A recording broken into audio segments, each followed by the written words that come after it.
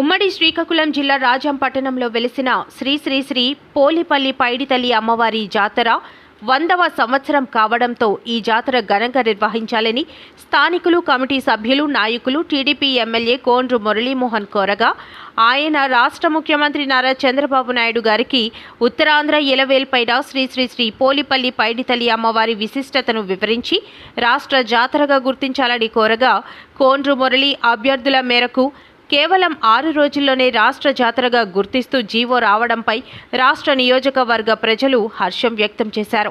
స్థానిక ఎమ్మెల్యే కొంటూ మురళి పట్టణంలోని వివిధ హోదాల్లో గల అధికారులను, నాయకులను పిలిపించి అంతా సమన్వయంతో జాతరకు కావలసిన పని ఏర్పాట్లను తక్షణం పూర్తి చేయాలని, భక్తులకు ఎటువంటి అసౌకర్యాలు లేకుండా ఈ జాతర ఘనంగా నిర్వహించాలని పలు సూచనలు చేశారు.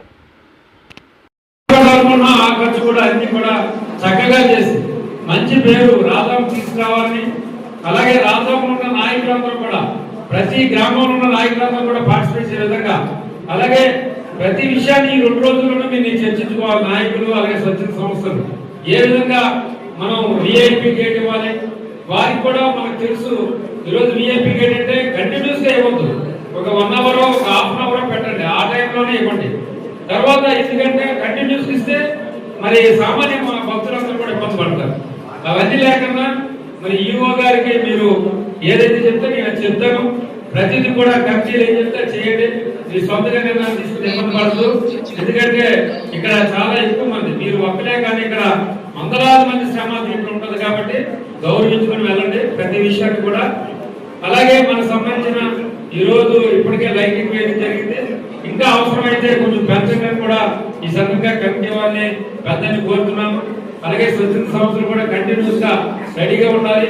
మరి హాస్పిటల్స్ కొంచెం రెడీగా ఉండాలి. ఎక్కడే ఇబ్బంది ఉన్నా మరి హాస్పిటల్ సంబంధించిన డాక్టర్స్, అలాగే ఇప్పుడు చెప్పారు కాబట్టి అన్ని డిపార్ట్మెంట్లు కూడా 24 అవర్స్ పవర్ కానీ ఇవన్నీ కూడా చేయాలని, ఎక్కడ ఏ ఇబ్బంది ఉన్నా నాకు తెలియజేసి ఇమీడియట్ గా దాన్ని కూడా సాల్వ్ చేస్తానని మీ అందరికీ తెలియజేసుకుంటూ, ఈ సందర్భంగా మనం అందరం కూడా మన ముఖ్యమంత్రి గారిని అలాగే ఇటువంటి మినిస్టర్ అందరూ కూడా ధన్యవాదాలు చేయాలని తెలియజేసుకుంటూ మీ అందరికీ సాధించారు.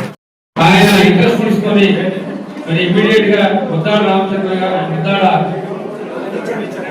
రవిచంద్ర గారు స్పెషల్ సెక్రటరీ, ఆయన కూడా దగ్గరుండి మరి ముగ్గురు కూడా కలిపి మనకు తీసుకురావడం జరిగింది. నియోజకవర్గం వరకు ప్రతి గ్రామంలో కూడా కొంచెం పెద్దగా ఫ్లెక్సీలు పెట్టడం, గ్రామం ముందుగా టెండర్ కూడా పిలిచారండి. షిఫ్ట్కి 15 మంది వర్కర్లు పెట్టుకుంటారండి. ఉదయం 6 గంటల నుంచి మధ్యాహ్నం 2 దాకా 15 మంది వర్కర్లు ఉంటారు. అదే విధంగా 2 నుంచి రాత్రి 10 వరకు 15 మంది వర్కర్లు ఉంటారు. రాత్రి 10 నుంచి తెల్లారి 6 వరకు 15 మంది వర్కర్లు చొప్పున 3 షిఫ్టుల్లో వచ్చే రేపు శనివారం నుంచి పై ఆదివారం దాకా కంటిన్యూగా శానిటేషన్ చేపిస్తారని ఈ సందర్భంగా తెలియజేస్తున్నాను. అదేవిధంగా వేసవికాలం కూడా స్టార్ట్ అయింది కాబట్టి టౌన్లో 4 చోట్ల మా ఇంజనీరింగ్ వాళ్ళ ద్వారా చలివేంద్రాలు ఏర్పాటు చేస్తున్నాం సార్. అది అమ్మవారి గుడి దగ్గర, మున్సిపల్ ఆఫీస్ దగ్గర, అంబేద్కర్ స్టాట్యూ దగ్గర, ఇంకొకటి ఎక్కడైతే ఇబ్బందిగా ఉంటుందో మా స్టాఫ్ తో సంప్రదించుకుని మన దేవాదాయ శాఖని మన పార్టీ పెద్దలతో కూడా మాట్లాడుకుని ఎక్కడ పెడితే బాగుంటుందో అక్కడ ఏర్పాటు చేసే విధంగా చేస్తానండి. ఇంకొక 4 అట్లాగే సార్ మీ సూచన ప్రకారం వాటిని పెంచుతాను. మీరు చెప్పిన తర్వాత నేను ప్లాన్ చేసుకుంటానండి. అదే విధంగా వచ్చే భక్తులకి